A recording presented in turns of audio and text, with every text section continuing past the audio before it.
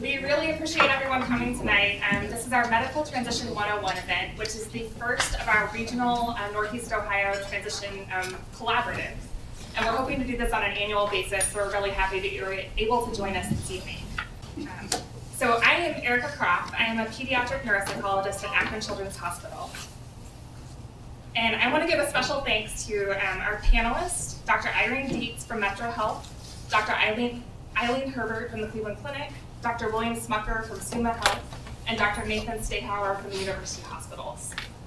In addition, we have a lot of community collaborators who helped to make tonight possible, including Cincinnati Children's, Cuyahoga County Board of Developmental Disabilities, the Educational Service Center of Medina County, Live Special, Medina County Board of DD, Ohio Family to Family, Summit Board of DD, and then the Upside of Down. So as part of registration for this evening, we had you fill in questions that you hope will be answered tonight. And we got almost 50 questions, which I think really speaks to the fact that this is a topic that a lot of people struggle with and want to get more information about. As I was able to organize the questions, they fell into 5 different categories. And for tonight, with our panel participants, we're really going to focus on the first 2, which is the logistics of transition, as well as how to find the right provider, because those were the majority of the questions that were submitted. As we talk, I think all of us will be able to share our own experiences, so you'll get to know a little bit more about each individual healthcare system. There will also be some opportunities at the very end where you can talk to us one-on-one and ask more questions about that. And then as far as insurance coverage, employment opportunities, and housing, that is just kind of beyond the scope of this evening. So at the back of your PowerPoint packet, there are some web-based resources that may be helpful, and there are also a lot of community providers that are here tonight that will be available after the talk to give more information on those topics. So, sorry about that. Before we get started, I want to give a brief introduction on the topic just so that we all have a little bit of background, thinking about why transition to adult healthcare is important, what are some of the barriers that exist, and a very preliminary talk about how to prepare for this. So I think it's really important to start with the distinction between a healthcare transfer and a healthcare transition. A healthcare transfer tends to be movement of clinical care from one provider to another that happens at one point in time and often is unexpected. So I think a good example of this would be you show up for an appointment with your pediatric provider and you find out that your child is aging out of the system and that this is the last appointment that you have. So all of a sudden you're scrambling, trying to find an alternative physician, and it really does become a stressful situation. So ideally we want to avoid all that. So we're hoping more for a healthcare transition, which is purposeful and planned, and it allows for uninterrupted, coordinated, and developmentally appropriate care that actually results in optimal health outcomes and really helps youth to reach their full potential. Why is transition to adult services important? Why do we care about this? I think foremost, as our young adults continue into adulthood, they're going to start dealing with adult healthcare issues. And often pediatric providers have less experience managing those. And so we really want our adult colleagues to be taking over to really specialize on those. In addition, something that comes up for us at Akron Children's is that often once children age out of our inpatient hospital system, our doctors are not able to have hospital privileges at all of the adult hospitals in the area. So that becomes an issue if your child is inpatient and they aren't able to be collaborating on their care. This also helps to ensure that we have services available for younger patients. Again, at our hospital, our specialty care services tend to have very long wait lists. And so if we have pathways for our older patients to find appropriate care in the adult world, that also opens up opportunities for younger patients who need appointments. When we think about the differences between pediatric and adult care, we tend to think of pediatric services as being very family-focused and having significant parental involvement in all aspects of decision-making, as well as having providers that are really trained to provide developmentally appropriate care. When we're thinking more about adult services, these tend to be very patient-focused, and often adult providers want the patient to be autonomous or independent in their decision-making, and they may need some guidance about how to include parents or guardians in that process. I also also think above and beyond those kind of practical issues, we also have some stereotypes about differences between pediatric and adult care.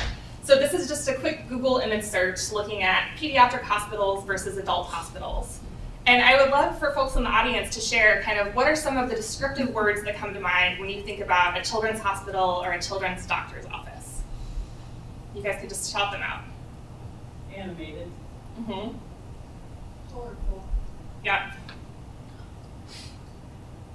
I think another thing that the pictures kind of bring to mind is that there's often been a kind of close connection, that you see people smiling at each other. The doctor gets really close to the child to have that kind of connection. And there's also different aspects of the hospital that are meant to reduce anxiety. So I think about having animals available or having different things that are prizes to help motivate kids. In contrast, when we look at the adult pictures, what comes to mind when you think about kind of adult hospitals or adult settings? Sterile. That's a great example. Yeah, a lot of the pictures were white backgrounds, so not as much color, maybe more serious faces. And I don't want to imply in any way that if you go to see an adult doctor, they're not going to smile at you and then be empathic.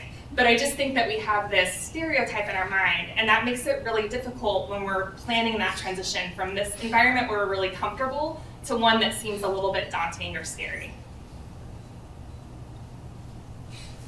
I think transition barriers is probably one of the things that really a lot of the questions that were sent in for tonight center around these things. And there was an article written in 2017 that found that 25% of youth between the ages of 12 and 17 have at least one special healthcare need. But a survey from 2009 to 2010 found that 60% of those adolescents failed to receive adequate transition support. And what ends up happening is that there's low utilization of healthcare services as a result, leading to poor health outcomes.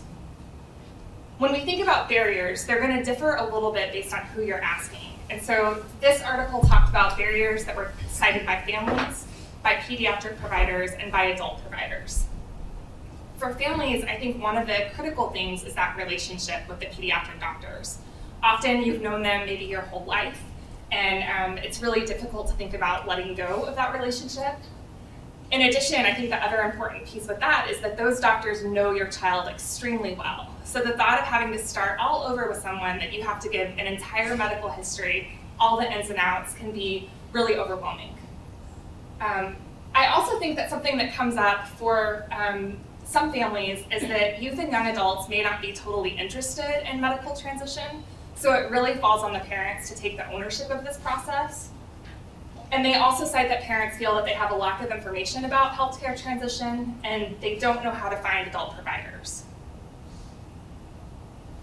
When we talk to pediatric providers, they also talk about that bond or relationship with their patients. But I would say when I talk to my colleagues, the biggest concern that they have is time. They feel like the visits that they have with patients are already packed full, and so they're talking about current symptoms, medication management, care plans. So to try to fit in additional conversations about transition just seems impossible. And they also feel like they're not well supported. So at least at our institution, we have excellent social workers, but not enough of them. And so our physicians really need more of that to be able to make their jobs and make the families have an easier time with this process. There also, I think, is some concern that adult clinicians may not be sufficiently trained in some of the complex childhood onset conditions. And actually, adult providers also bring up that concern, that sometimes they don't feel well prepared to take on those patients. Other things that adult providers bring up is that their practices are already full, so it's hard to find open slots.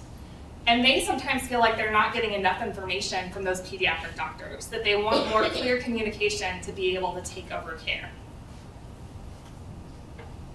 So as we move into the panel portion, we're going to talk a lot about different strategies and things, but I wanted to start with just a few things that I think are really take-home messages for tonight. The first one is start early.